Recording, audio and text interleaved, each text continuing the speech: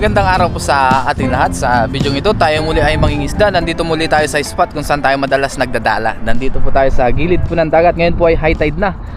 Medyo maganda-ganda po ngayon ang tubig at medyo mataas siya. At dala pa rin natin yung ating dala. Maglambat po tayo ngayon, magdala. Manghuli tayo ng ating pang-ulam. Muli, samahan niyo po ako ngayon sa ating fishing adventure dito sa dagat. Mabilis ang pagdadala para makapanghuli ng pang-ulam.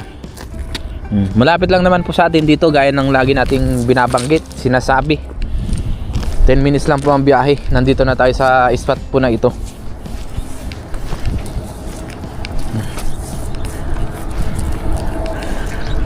Ngayon, medyo mas maganda ang high tide. Medyo mataas-taas siya. Lagpas po sa puno. Pagka mga ganyan, kadalasan maraming isda. So sana makarami tayo ngayon. Umpisahan po natin dito sa unahan. Yan, dito na tayo mag-umpisa. Dahan-dahanin natin, medyo madulas pa at umulan kanina. Unang hagis.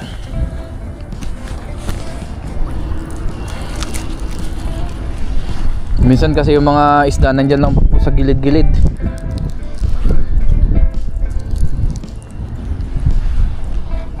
Nung nakaraan, naka-tiyempo po tayo dito ng 3 banak na malalaki. Biyaya. Ngayon po kaya, ano naman kaya ang ating matye-tiyempuhan o mahuhuli? Yun, meron. Banak. Banak tsaka, ay, nakawala pa yung isa. Sayang yung isang yun ah. Sa mga susunod na lang po tayo na araw mag-ilog. Dahil may mga inaasikaso pa tayo dito. Kaya mabilisan lang po yung ating pangingisda.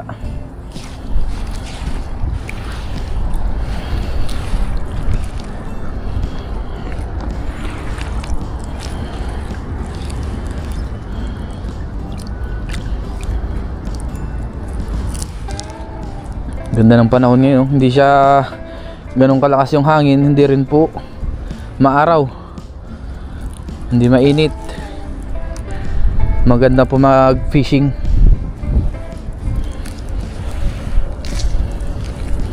Yung ganitong gawain po ay nakakalibang talaga. Kumbaga inisip mo kung anong mahuhuli. Yo, may huli na. Ano yan? Kabasi. First catch of the day. Yun, dalawa po. Dalawang kabasi oh. Pwede na po yan. At least meron pang prito-prito. May mga bato pa oh. Yun oh. Try and try pa hanggang sa makarami. Baka naman mamaya ay makahuli ulit tayo ng malaki-laki. Libangan. Maglibang ulit tayo ngayong araw po na ito.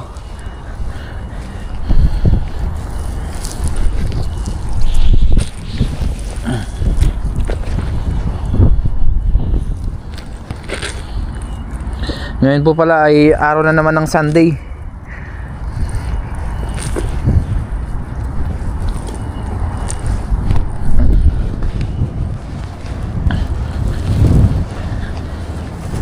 Try naman natin dito sa kabila. Try ko nga mag-agis dito sa taas kasi medyo mataas naman ang tubig. Try natin kung mapapaabot natin doon sa dulo. Umabot naman po. Hindi lang siya umurong pa doon banda. Medyo mahirap kasi ihagis. May kabigatan rin po itong dala na ito. Siguro ito ay nasa 4 hanggang 6 na kilo. Itong dala po na ito. Ang nagpapabigat po sa dala na ito yung kanyang pinakatingga sa ilalim. Dahil marami pong tingga ito. Ano ngayon nahuli? Yung may nahuli ulit pero kabasi. Sa linyasi, 2. Kunin na po natin ito pang prito-prito. Yan. Malakapas naman po ito. Pangalawa, malakapas. Ito pa oh, kabasi ulit. Ito maliit na tong isa, pakawalan natin yan. Hagis pa. Kahit pa dalawa-dalawa pa, tatlo-tatlo, at least meron. Hindi tayo nasisiro. May mga nagdadala rin pala dyan sa kabila, mga iba nating kaibigan na vlogger. Try naman natin dito sa kabilang bangir. Dito. Ayun. Baka sakaling maka-tiyempo.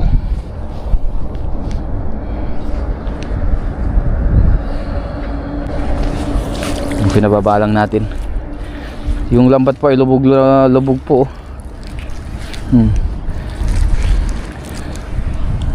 Lubog na lubog siya. Ibig sabihin malalim.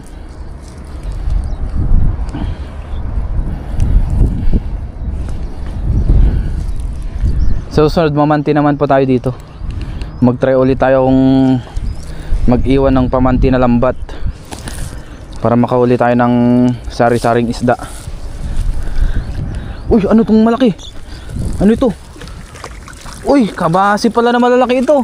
Kala ko kung ano na, lalaki. Ang lalaki nila oh. Oh, lalapad.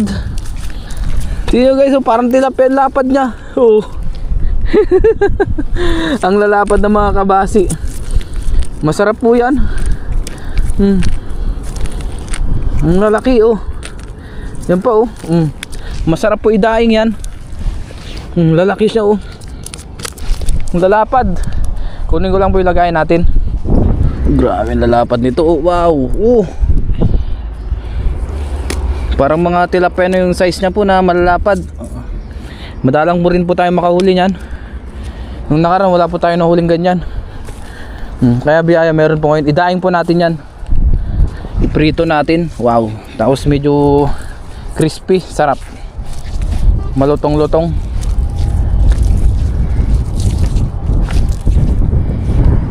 Dito tayo sa taas maghagis. Layuan lang natin. Hanggang dyan lang talaga sa gilid. Tsaka natin babain. Baka sakaling madagdagan pa yung ating isda. Dito natin hatakin, baka sumabit dun sa bakal sa kabila. May sabit po dyan.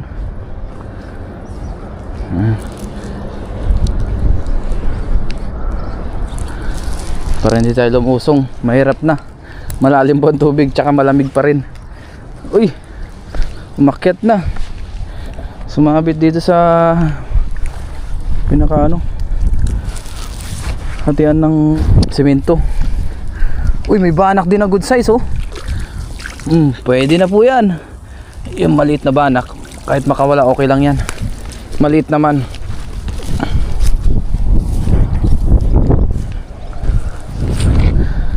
Tingnan natin kung ano mga nahuli. Oh, yun, banak na good size. Wag na lang natin. Yun oh, mataba-taba oh. Sarap pa maksiyo niyan.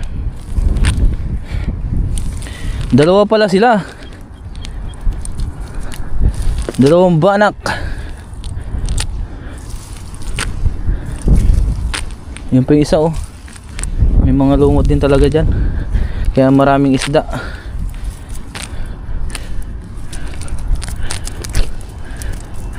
Wag lang. Kunin ko lang yung ating lagayan. Ang ganda ng size po nito. Unahin natin itong banak. Mataba-taba rin po siya. Ito, banak din po ito, kaso medyo maliit-liit pa ito. Balik natin. Ito okay na ito kasi mga ganyan talagang size niyan. Mga salinyasi. Masarap po yan pang prito-prito. Nagis pa tayo. Try naman natin dito sa kabila. Lagpasan natin yung may sabit. May bakal po kasi dito. Ayan, sa kabila may bakal. Eh dito tayo.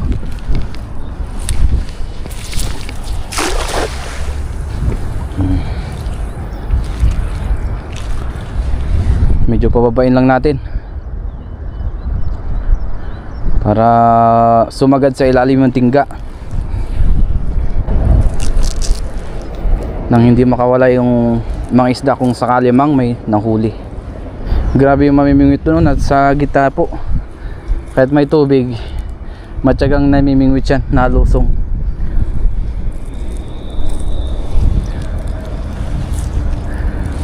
Ay, wala tayong nararamdaman. Parang siya walang nararamdaman sa'yo. Bumugot na naman. Oh, wala talaga. Try natin dyan sa malapit naman na lagusan.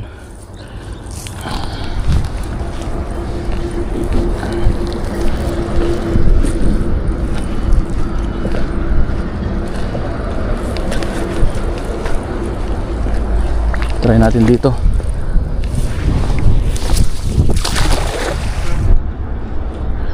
Babayin lang natin. Sana may nahuli.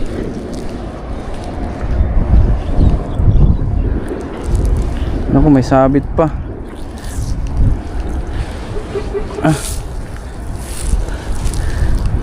May nahuli nga isa. Isang good size na banak. Ayan. Pero balik natin to, may liit-liit pa. Hindi pala ito good size. Masyadong maliit.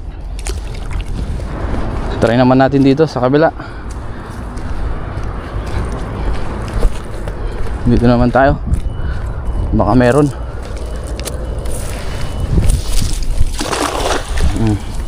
Naku, sumabit pa oh.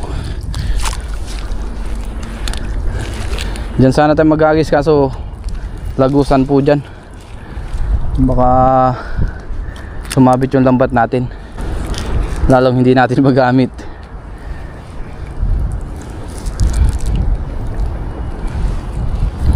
Ano kayong meron dito?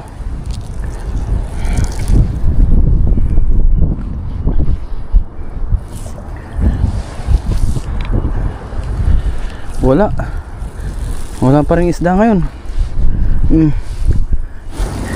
Try and try lang. Ganyan talaga ang buhay. Sagarin natin hanggang dun sa dulo.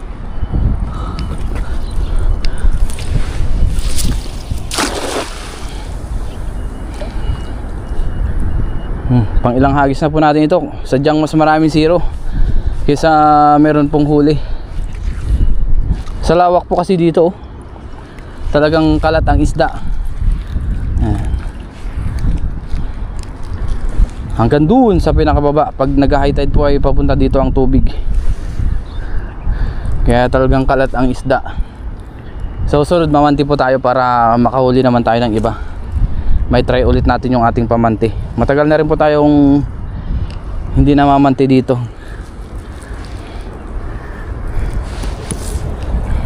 Dahan-dahanin lang natin. Baka sakaling may nahuli. Ayun, dami. Ano to? Ay, salinyasi. Yung iba nalusot na po kasi lusot dyan sa lambat natin. At least merong huli. Kahit pa paano. Oh, ayun oh. May huli pa rin. Kunin ko lang po yung lagayan natin. May nalaglag pa dito oh. Masarap yan pang prito-prito. Maraming kang huli pala oh. Ang dami pang huli ni Master Bon TV. Ha? Hindi. Kabasi. Oh, ganyan talaga kalaki yan. Yung ganyang kabasi. Laki no. Ngayon ko lang ito nakita ang ganito. Ngayon ka lang nakita ang ganyan? Oo. May nahuli yan dito. Minsan nga grupo-grupo yung natitsimpuan namin dati. Ano yan, yung marami yung tinik. itlog niya. Oo. Masarap yun. Oo, masarap yung itlog dyan. Kabasi yan. May huli ka? Ano kung nag-agis? Hindi ako Wala masyado dito. Yun, kunin na natin yung ating mga nahuling salinyasi. Marami-rami rin naman pong salinyasi ito. Si Bon TV ay nagdadala rin po siya. May mga nahuli din daw siya na isda. Yan, nabangan na lang natin sa kanyang channel, Bon TV. Ito po. Tiyagaan lang talaga sa pangingisda. Ito pa isa. Ayan. Hagis pa tayo hanggang sa makarami. Hagis pa po tayo ng ilang hagis para maya maya po ay makauwi na rin. Bilis bumaba na po ng tubig, oh.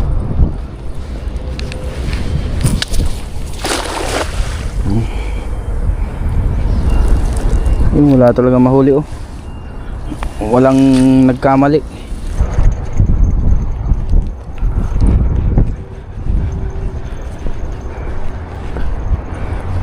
Try tayo dito for the last time.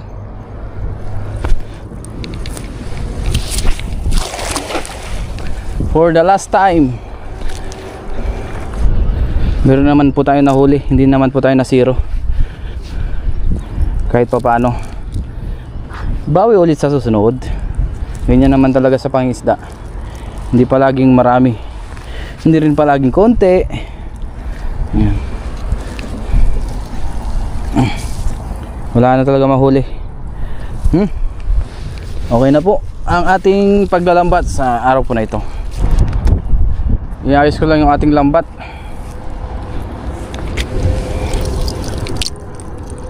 Meron naman po tayong mga nahuli. Yan po. Nasa 1 kilo na rin naman po ito. Salinyasi, banak, tsaka kabasi. Tapos meron din pala tayong dumating na kaibigan. Yan, si Kahasang Adventure. Anong balita, par? Ayun, welcome to Taiwan. Welcome to Taiwan. Thank you. Welcome to Taiwan. Mukhang marami laman yung bag natin, ah. Milyones na yata yan, ah. Puro power bank. Puro power bank. Ang dami ang huli. Tama lang, kabasi. Basi. Oo, yan, oh. Yan nga lang nahuli natin sa araw na ito. Mataas yung tubig pa lang ngayon. Oo, medyo mataas. Kahapon may ano? Mababa. Kahit nung nakaraan araw, nung nangisda ako dito, mababa rin.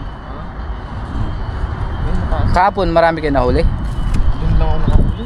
Dito lang. Pero dito, wala. Tiyempuhan nga. Buti nga may na-tiyempuhan akong banak dito nung nakaraan. Banak. Oo. Maraming banak kayo. Hello po sa inyo lahat. Magandang araw po. Yan. Si Kahasang Adventure. Yan. Siya po yung makakasama natin sa mga susunod na vlog natin. Opo. Pag nag-ilog adventure tayo, especially. Yes sir. Nakwentuhan muna kami saglit. O paro. Tapos may pasalubong pala tayo kay Kahasang. Ayan. Thank you po. Pang merienda. Ipapa rin yun. Parang galing lang Maynila, may ano pa pita. May pita. Diyan ko lang binili yan. Yan, thank you. Hindi, yung iba ano. Ngayon po ay nandito na tayo sa dorm. Pahinga po muna tayo. Yan, gamit po natin yung ating mga lamesa na nakuha doon kila Lauban o yung binigay po nila. Tsaka yung upuan. Yan. Tapos mamaya po pala ay ayusin po natin yung ating aparador o yung cabinet. Ito pong upuan na ito, naiikot po siya. Ayan. Pwede siyang mag-ikot-ikot na ganyan. Linagay muna natin dito sa sulok para hindi makasagabal dito. Relaxan ba natin? Lalo na pagka nagpapahinga tayo pagka tanghali. Yan, pinahiga muna natin. Testing natin. Nahatak po ito. Ayan. Pwede siyang iurong. Yan. Pwede naman siyang hatakin para humiga siya. Pahigaan naman yan. Pagka yung upo lang tayo, pwede na po yung ganyan lang. Yan. Ayos, oh. Di ba? Ganda sana kung may uuwi natin ito. Kaso mahal daw po ang shipping fee nung tinanong natin. Kaya hindi na po natin siguro ipapadala ito. Tsaka yung iba pang upuan doon. So yung iba po doon ay gagamitin na lang po siguro ng ibang mga Taiwanese. Pagka nakita naman po yun ay tsak kukunin din po yun nila. Kaya ipaubayan na lang po natin. Dahil mahal po talaga ang shipping fee. Hindi natin kaya. Tapos yung ating lamesa, yan o. Yung maliit na wood na lamesa, yan, kinuha din natin. Kasama po ito nung aparador na kinuha natin. Yan. Dinagay po namin dito sa pinaka-dining area namin. Dito kasi sa dorm, dalawa po ang dining area namin. Pwedeng dito, tapos pwede rin po dito sa labas naman. Diyan naman po yung isa, yan. Pinaka-kusina talaga po namin. Ito po, dito natin linagay yung isang upuan. Ayan. Para may upuan din yung iba nating kasama. Kahit sino naman po pwedeng umupo dyan. Pwede rin tayo pag nag-edit tayo. Yan, gaya ng sabi ko.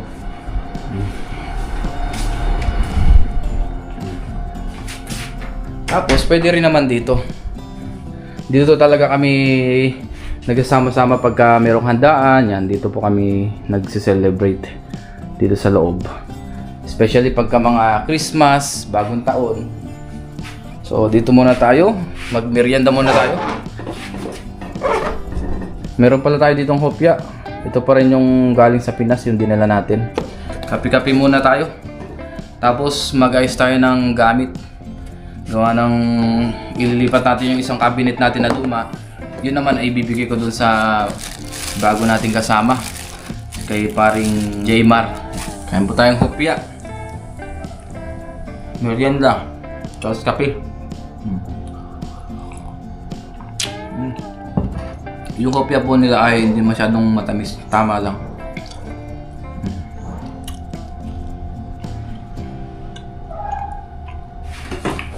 Ganyan pag nakaupo, pag yun naman tayo natin. Aba, higa nga.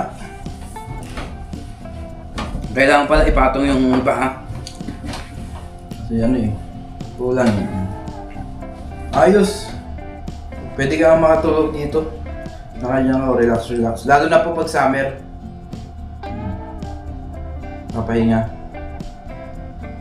Tsaka hindi mainit sa likod. Ayos. Meron na tayong pahingaan pagka natutulog tayo ng tanghali. Kasi pagka yung higang-higa, baka mapasarap naman sa tulog. Mahirap nang magtrabaho pagkagising. Medyo nangihina. Yan. Pag tanghali kasi, idlip-idlip lang po tayo.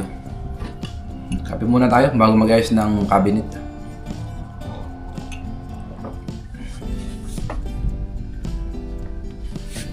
Ito na po yung ating cabinet na ayusin bago tayo magluto ng ating nahuling isda. Nilagay ko na po dito sa ating kwarto. Medyo makalat pa yung ating gamit. Ito po yung ating ilalagay ng mga damit.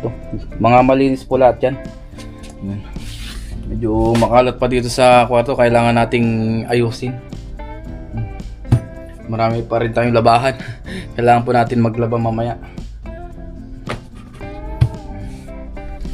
So ayusin ko lang po na ito. Tanggalin natin yung mga hindi kailangan. Ayan ito. Tapos punasan natin para talagang malinis. Ayan po yung mga dapat tanggalin. Ito naman po ay lagayan nila boss ng damit din.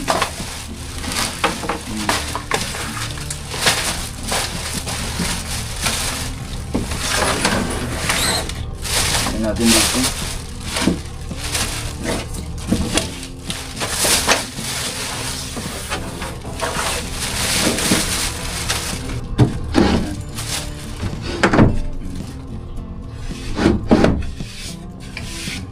Punas lang naman po ito.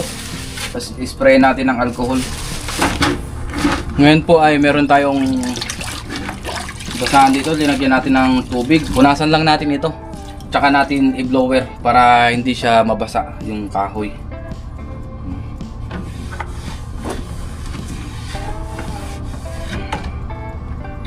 Punas lang konti. Yung hindi po basang-basa talaga. Ibang ano lang. Punas na dampi lang. Para matanggal yung kanyang pinaka-dumi. Mga dumikit. Kasi malinis din talaga mabuti. Ayun, maalikabok siya oh. May konti siyang alikabok. Hindi naman sobrang dami. Mga dumikit-dikit lang po sa gilid-gilid. Ganyan na po gagawin natin. Para talagang malinis ang ating drawer, ang ating cabinet. Ito, pagka nababaklas po ito, baka iuwi po natin ito, i-package natin. Pagka umuwi na po tayo. Ito po yung natatanggal naman pala, oh. Ewan ko lang itong iba. Ito, natatanggal naman itong pintuan. Ngayon po, tapos na tayo magpunas. Mag-blower naman tayo ngayon. Testing. Ayan. Dahil basa po yung basahan na pinunas natin, kaya kailangan natin i-blower.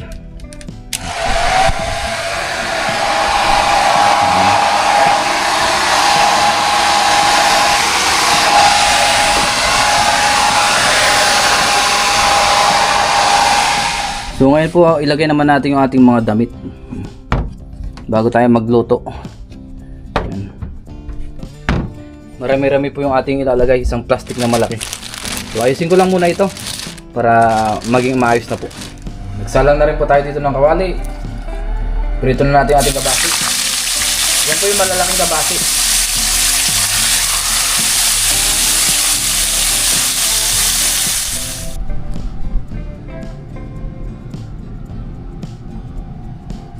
Ngayon po, kain na po tayo ng ating pang-almusal.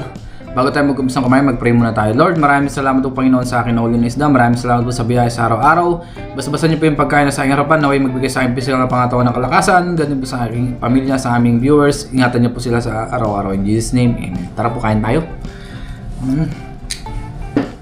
Hanggang ko lang yung ating lagayan ng camera. Meron pala tayong natira pang paksiw dito. Itlog, tsaka yung ating prinitong kabasi. Yung malaki. Tapos chili mansi. Let's eat. Kain po.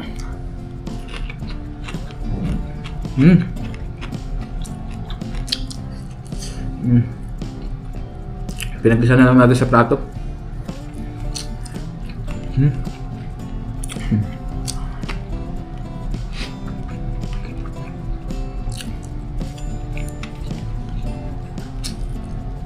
Ayos. Thank you Lord.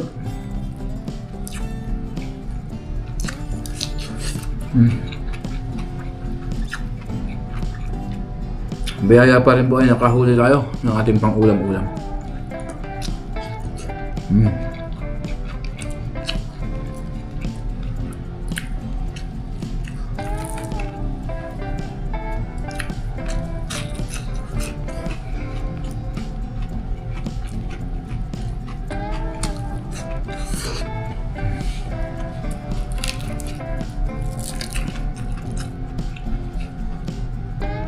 Sa susunod, magtayo naman tayo ng ibang pangisda.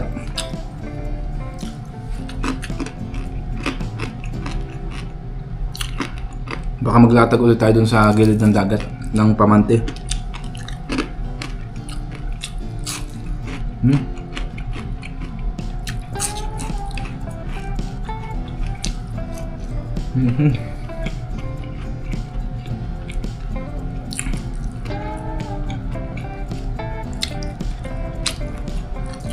Muli, maraming salamat po sa inyong pagsama sa atin sa ating fishing adventure.